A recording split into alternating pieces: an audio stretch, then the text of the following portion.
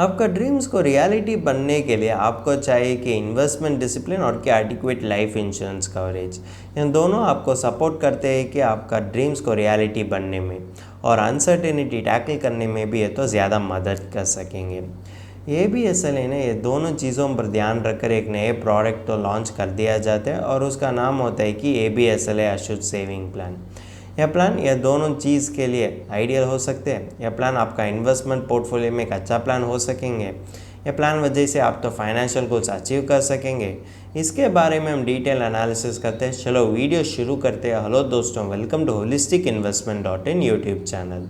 अब यह ABSLA assured saving plan का ओवरव्यू देखेंगे तो ये होते हैं कि non link non participating individual saving life insurance plan. आज यह वीडियो में हम देखेंगे कि इसका फीचर्स, बेनिफिट, फिर उसका IRR एनालिसिस भी करते हैं, जिसके वजह से आप तो अच्छा इन्वेस्टमेंट डिसीजन लेने का मौका तो ज़्यादा हो सकते हैं। अब हम पहले देखते हैं कि ABSLA अशुड सेविंग प्लान का फीचर्स के बारे में। इसमें इन्वेस्टर के लिए फ्लेक्सिबिलिटी होते हैं और premium payment term, policy term और सम एश्योर्ड और कन्वीनियंस की तरह को चुन कर सकते हैं। और देखें तो अगर पॉलिसी होल्डर अचानक से मौत हो गया तो भी इसमें कॉम्प्रिहेंसिव रिस्क कवर तो दे दिया जाता है। यह पॉलिसी में होने वाले लमसम बेनिफिट आपका लाइफ माइलस्टोन्स अचीव करने में मदद कर सकेंगे और यह पॉलिसी में होने वाले लॉयल्टी एडिशंस वजह से आपका मैच्योरिटी कॉर्पस तो बूस्ट हो जाते हैं। और यह पॉलिसी में और एक फ्लेक्सिबिलिटी भी होते हैं। एज एन इन्वेस्टर आप तो जॉइंट लाइफ प्रोटेक्शन भी ले सकते हैं, जिसके वजह से आपका प्रियजनों के लिए भी यह तो कवर दे सकते हैं। और देखेंगे तो अगर आपने हाइयर प्रीमियम पॉलिसी लेते हैं तो आपको हाइयर मैच्योरिटी बेनिफिट भी मिलते हैं। अब हम पहले देखते हैं कि ABSLA अशुड सेविंग प्लान का बेनिफिट्स के बारे में। इसमें 3 बेनिफिट होते हैं। पहले होते हैं कि डेथ बेनिफिट, दूसरे होते हैं कि मैच्योरिटी बेनिफिट और तीसरा होता है कि लॉयल्टी एडिशंस। इसमें देखें तो डेथ बेनिफिट भी सिंगल लाइफ ऑप्शन और जॉइंट लाइफ ऑप्शन के लिए अलग पड़ते हैं। और देखें तो सिंगल लाइफ ऑप्शन में भी है तो टाइम फ्रेम की तरह डेथ बेनिफिट तो अलग पड़ती है।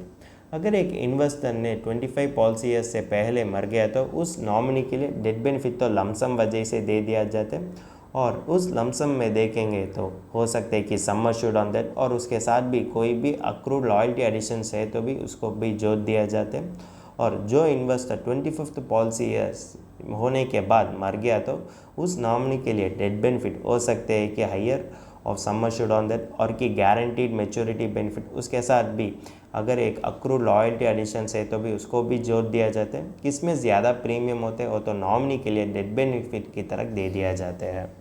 अब जॉइंट लाइफ प्रोटेक्शन का डेथ बेनिफिट देखें तो अगर प्राइमरी लाइफ इंश्योर मर गया तो सेकेंडरी लाइफ इंश्योर के लिए डेथ बेनिफिट तो सम एश्योर्ड ऑन डेथ तो लमसम वजह से दे दिया जाता है। अगर सेकेंडरी लाइफ इंश्योर भी मर गया तो नॉमिनी के लिए सम एश्योर्ड ऑन डेथ तो लमसम वजह से डेथ बेनिफिट की तरफ दे दिया जाता है और पॉलिसी तो कंटिन्यू होते हैं। और जब पॉलिसी मैच्योरिटी स्टेज अटेन कर दिया जाता है उस समय नॉमिनी के लिए और कि लीगल हायर के लिए लॉयल्टी एडिशंस के साथ गारंटीड मैच्योरिटी बेनिफिट तो नॉमिनी के लिए दे दिया जाते हैं। दूसरे होते हैं कि मैच्योरिटी बेनिफिट। इसमें देखेंगे तो अगर पॉलिसी होल्डर पॉलिसी ख़त्म होने के बाद सर्वे हुए तो उसके लिए मैच्योरिटी बेनिफिट तो दे दिया जाते हैं। और वो होते हैं कि गारंटीड मैच्योरिटी बेनिफिट उसके साथ अक्रूड लॉयल्टी एडिशन से मैच्योरिटी बेनिफिट की तरफ दे दिया जाते हैं। तीसरा होता है कि लॉयल्टी एडिशंस। ये तो भी इन्वेस्टर का एज पर निर्भर होते हैं। ये तो लमसम वजह से इन्वेस्टर के लिए दे दिया जाते हैं। ये प्लान लेने वाले इन्वेस्टर के लिए क्या एडवांटेजेस होते हैं इसके बारे में हम देखेंगे। अगर देखें तो यह प्लान में सभी बेनिफिट्स तो गारंटीड होते हैं और लॉयल्टी एडिशंस तो प्रीमियम पेइंग टर्म ख़त्म होने तक इन्वेस्टर के लिए दे दिया जाते हैं। और जो investor joint life cover option लेते हैं उसके लिए प्रीमियम वेवर बेनिफिट तो इनबिल्ट ऑप्शन होते हैं। और एडेड प्रोटेक्शन के लिए वो तो राइडर्स के भी ऑप्ट कर सकते हैं। और देखें तो जब आपका पॉलिसी तो सरेंडर वैल्यू अटेन कर दिया जाता है उस समय आपको लोन फैसिलिटी भी दे दिया जाते हैं और वो होते हैं कि 80% ऑफ द सरेंडर वैल्यू तक। सभी प्लान का एडवांटेजेस तो अच्छा ही लगते हैं, लेकिन हर प्लान में एडवांटेजेस और डिसएडवांटेजेस दोनों होते हैं। इसलिए आप तो दोनों देखने की ज़रूरत पड़ती है एक क्रिटिकल इन्वेस्टमेंट डिसीजन लेने के लिए। इसमें देखेंगे तो यह तो अश्योर्ड बेनिफिट्स इन्वेस्टर के लिए दे दिया जाता है, लेकिन इसका रिटर्न तो ज़्यादा कम होता है। रिटर्न तो एक इम्पॉर्टेंट पार्ट होता है किसी भी इन्वेस्टमेंट प्लान और इन्वेस्टमेंट व्हीकल चुनने में, क्योंकि रिटर्न वजह से ही आपको ड्रीम्स को आप फुलफ़िल कर सकते हैं, आपका फाइनेंशियल गोल्स आप अचीव कर सकते हैं।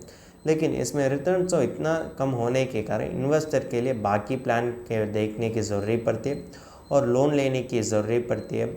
इसी कारण के लिए वो तो फाइनेंशियल गोल्स अचीव करने का मौका तो ज़्यादा कम हो सकते हैं। ये तो अच्छा साइन नहीं होता किसी भी इन्वेस्टमेंट प्लान में। और यह प्लान में देखेंगे तो इसमें देने वाले सम अश्योर्ड भी ज़्यादा कम होने के कारण वो तो परिवार का बेसिक नीड्स भी फुलफिल नहीं कर सकते। इसी कारण के लिए इन्वेस्टर का शॉर्ट टर्म फाइनेंशियल गोल्स के लिए तो उपलब्ध नहीं कर सकते, और किसी भी इमरजेंसी सिचुएशन आए तो भी यह प्लान तो उतना फ्रूटफुल नहीं होते इन्वेस्टर के लिए। और देखें तो इसमें लॉक इन पीरियड होते हैं कि 2 साल, और तो सरेंडर करने के बाद ही वो तो इन्वेस्टर तो लोन ले सकते हैं। इस समय में किसी भी इमरजेंसी सिचुएशन आए तो और एक नए बिजनेस शुरू करने के लिए उस हाथ में फंड्स होने की ज़रूरत पड़ती है, लेकिन उस समय यह ABSLA प्लान तो इन्वेस्टर के लिए उतना फ़ायदा नहीं दे सकता है। इसलिए इन्वेस्टर तो सभी चीज़ों पर ध्यान रख कर ही उसका आइडियल इन्वेस्टमेंट प्लान और इन्वेस्टमेंट व्हीकल चुनना चाहिए। और वो तो इसी तरह इन्वेस्टमेंट प्लान और इन्वेस्टमेंट व्हीकल चुनना चाहिए जिसके वजह से वो तो फाइनेंशियल गोल्स अचीव करने का मौका तो ज़्यादा हो सकते हैं, और फाइनेंशियल गोल्स अचीव करने का कॉर्पस भी वो अटेन कर सकते हैं। हमने बात करने वाले सभी चीज़ आपको एक गुड इन्वेस्टमेंट डिसीजन लेने के लिए मदद कर सकेंगे, और कि IR एनालिसिस देखने चाहिए। अगर देखें तो आप किसी भी इन्वेस्टमेंट प्लान और इन्वेस्टमेंट व्हीकल चुनते हैं तो IR एनालिसिस एक मस्ट होते हैं, क्योंकि IR एनालिसिस ही आपको जानकारी देते हैं कि यह प्लान और इन्वेस्टमेंट व्हीकल का रिटर्न तो कितना हो सकते हैं। इसके वजह से आपको एक गुड इन्वेस्टमेंट डिसीजन लेने के लिए ज़्यादा मदद कर सकते हैं, और क्रिटिकल एनालिसिस वजह से आपको यह जानकारी भी मिलता है कि आप किस तरीके का प्लान और इन्वेस्टमेंट व्हीकल को चुनना चाहिए। इसमें देखें तो एक आदमी होते हैं कि 35 ईयर्स, और उसका सम अश्योर्ड होते हैं कि 12,50,000, और लेते हुए पॉलिसी टर्म होते हैं कि 20 ईयर्स, प्रीमियम पेइंग टर्म वो लेते हुए 10 ईयर्स, और देखें तो एनुअलाइज प्रीमियम होते हैं कि 1 लाख। अब आप देखने वाले यह बेनिफिट इलस्ट्रेशन तो ABSLA वेबसाइट से ले चुका है, और इसका IRR होता है कि 6.23%। ये 6.23% तो उतना अट्रैक्टिव नहीं होते इन्वेस्टर के लिए।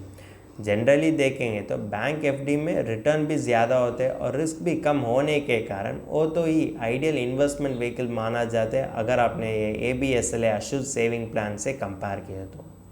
और देखेंगे तो यह रिटर्न भी नॉट गारंटीड होने के कारण इन्वेस्टर तो बाकी अदर इन्वेस्टमेंट व्हीकल और इन्वेस्टमेंट प्लान देखने की ज़रूरी पड़ गई है। यह तो किसी भी प्लान और इन्वेस्टमेंट व्हीकल का गुड साइन नहीं होते हैं। इसीलिए आप तो इसी तरह के इन्वेस्टमेंट प्लान चुनना चाहिए जिसके वजह से आप तो सभी चीज़ों पर ध्यान रखना चाहिए, और मोस्ट इम्पॉर्टेंटली आपको इन्फ्लेशन बीटिंग रिटर्न जनरेट करना चाहिए। वो तो ही आपको मदद कर सकेंगे आपका फाइनेंशियल गोल्स अचीव करने के लिए। हम क्यों अदर इन्वेस्टमेंट देखते हैं? क्योंकि यह ABSLA अश्योर्ड सेविंग प्लान का रिटर्न तो उतना अट्रैक्टिव नहीं होता इन्वेस्टर के लिए, और तो उतना मदद नहीं कर सकते और फाइनेंशियल गोल्स अचीव करने में। इसलिए अब हम देखें कि इसका अदर इन्वेस्टमेंट तो क्या होता है, और इसका रिटर्न वजह से आपको एक क्रिटिकल इन्वेस्टमेंट डिसीजन लेने के लिए ज़्यादा इंसाइट्स दे सकते हैं। हम कंपेयर करते हैं कि term insurance along with PPF और ELSS। इसमें देखेंगे तो सम अश्योर्ड होते हैं कि 12,50,000, और लेते हुए पॉलिसी टर्म होते हैं कि 20 ईयर्स, प्रीमियम पेइंग टर्म होते हैं कि 10 ईयर्स, एनुअल प्रीमियम होते हैं कि 10,800। बाकी 89,200 और इन्वेस्टर चाहते हैं तो PPF और ELSS में इन्वेस्ट कर सकते हैं। PPF होते हैं कि डेप्ट ओरिएंटेड फंड्स, और ELSS होते हैं कि इक्विटी ओरिएंटेड फंड्स।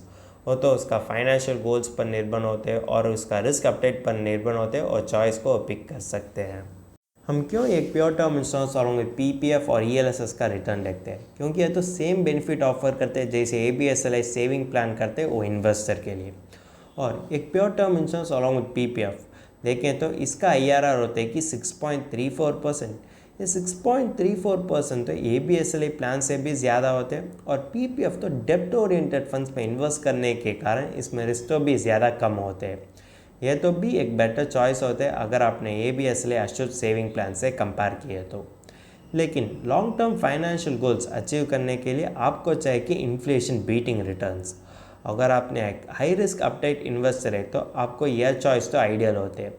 चॉइस हो सकते हैं कि एक pure term insurance along with ELSS, क्योंकि ELSS का IRR होते हैं कि 10.64%, वो तो भी पोस्ट टैक्स होने के कारण आपका फाइनेंशियल गोल्स के लिए तो ज़्यादा मदद कर सकेंगे, और वो कॉर्पस अक्यूमुलेशन के लिए भी ये तो ज़्यादा आसानी लगती है।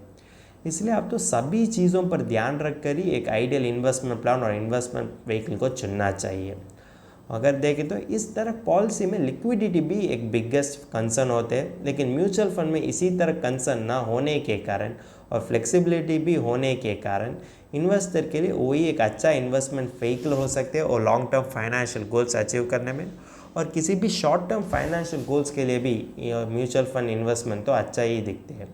हमने अब तक ABSLA अशुद्ध सेविंग प्लान का बेसिक आउटलुक फिर उसका IR एनालिसिस भी देख लिया, लेकिन फाइनल वर्डिक्ट आपको इंसाइट्स देते हैं कि आप किस तरीके का प्लान और इन्वेस्टमेंट व्हीकल चुनना चाहिए, और मोर इम्पॉर्टेंटली आपको इंसाइट्स देते हैं कि आप किस चीज़ों पर ज़्यादा फोकस करने की ज़रूरत पड़ती है अगर आपने सही इन्वेस्टमेंट प्लान और सही इन्वेस्टमेंट व्हीकल चुनना है। तो ABSLA अशुद्ध सेविंग प्लान तो इन्वेस्टर के लिए गारंटीड बेनिफिट्स तो ऑफर करते हैं, लेकिन ये गारंटीड बेनिफिट्स तो इन्वेस्टर के लिए long term financial goals achieve करने में उतना मदद नहीं कर सकते। और देखें तो यह प्लान में अदर ड्रॉबैक्स भी होते हैं, जैसे इसमें सम अशुद्ध ज़्यादा कम होने के कारण इन्वेस्टर के लिए बाकी प्लान पर निर्भर होने की ज़रूरत पड़ती है। ये तो अच्छा साइन नहीं होता है किसी भी इन्वेस्टमेंट प्लान और इन्वेस्टमेंट व्हीकल में। और इन्वेस्टर तो यही कारण के लिए इन्वेस्टमेंट प्लान और इन्वेस्टमेंट व्हीकल चुनते हैं क्योंकि इसका देने वाले मैच्योरिटी बेनिफिट तो लॉन्ग टर्म फाइनेंशियल गोल्स के लिए मदद करने चाहिए। लेकिन यह ABSLA प्लान तो उसी तरह ना होने के कारण इन्वेस्टर तो ज़्यादा सोचने की ज़रूरत पड़ती है इस तरीके का प्लान लेने में। और लिक्विडिटी फैक्टर अगर देखें तो सभी इन्वेस्टमेंट प्लान और सही भी इन्वेस्टमेंट व्हीकल में SLR फैक्टर तो ज़्यादा इंपॉर्टेंट होते हैं। SLR फैक्टर तो क्या होते हैं? SLR होते हैं कि सेफ्टी, लिक्विडिटी और रिटर्न। अब तो यह पर्सपेक्टिव वजह से किसी भी इन्वेस्टमेंट प्लान और इन्वेस्टमेंट व्हीकल को चुनना चाहिए, जिसके वजह से आपको ज़्यादा मौका होता है कि सही इन्वेस्टमेंट प्लान और सही इन्वेस्टमेंट व्हीकल में चुनने के लिए। लेकिन ये SLR फैक्टर देखें तो ये ABSLA प्लान तो लीस्ट अट्रैक्टिव होते हैं क्योंकि इसमें रिस्क तो होते हैं और रिटर्न तो ज़्यादा कम होते हैं, और लिक्विडिटी फैक्टर भी ना होने के कारण इन्वेस्टर तो बाकी अदर प्लान चुनने की आवश्यक पड़ती है। अगर आप फाइनेंशियल गोल्स अचीव करने के बारे में सोचते हैं तो आपको चाहिए कि इन्फ्लेशन बीटिंग रिटर्न्स। हमने पहले देख लेना एक pure term insurance along with ELSS तो आपको इन्फ्लेशन बीटिंग रिटर्न दे सकते हैं, जिसके वजह से आप तो आसानी से फाइनेंशियल गोल्स को अचीव कर सकेंगे। और देखें तो आप किसी भी इन्वेस्टमेंट प्लान और इन्वेस्टमेंट व्हीकल चुनने हैं तो आप तो SLR फैक्टर पर ज़्यादा फोकस करने की ज़रूरत पड़ती है, और देखें तो डाइवर्सिफाइड पोर्टफोलियो पर रखना ज़्यादा आवश्यक पड़ती है। फिर आपको संदेह है कि आप किस तरीके का इन्वेस्टमेंट प्लान और इन्वेस्टमेंट स्ट्रैटेजी को चुनना चाहिए। आप तो फाइनेंशियल एडवाइज़र के साथ बातचीत कर सकते हैं, वो तो बताते हैं कि आपका आइडियल इन्वेस्टमेंट प्लान और इन्वेस्टमेंट स्ट्रैटेजी किस तरीके से होना चाहिए, और आपके लिए एक रोड मैप देते हैं कि किस वजह से आप तो फाइनेंशियल गोल्स अचीव कर सकेंगे। उस रोड मैप आप तो फॉलो कर दिया जाते हैं तो आपका फाइनेंशियल गोल्स आप तो आसानी से अचीव कर सकेंगे। अगर आपने यह ABSLA अशुद्ध सेविंग प्लान का डिटेल एनालिसिस इंग्लिश में पढ़ना चाहते हैं तो हमारा आर्टिकल पढ़ सकते हैं, और इस आर्टिकल का लिंक तो डिस्क्रिप्शन में दिया गया है। अगर तुमको इस टॉपिक में और कोई अदर फाइनेंस और इन्वेस्टमेंट रिलेटेड टॉपिक में संदेह है तो हमारा फाइनेंशियल एक्सपर्ट के साथ अपॉइंटमेंट बुक कर सकता है। अपॉइंटमेंट का लिंक डिस्क्रिप्शन में दिया गया है।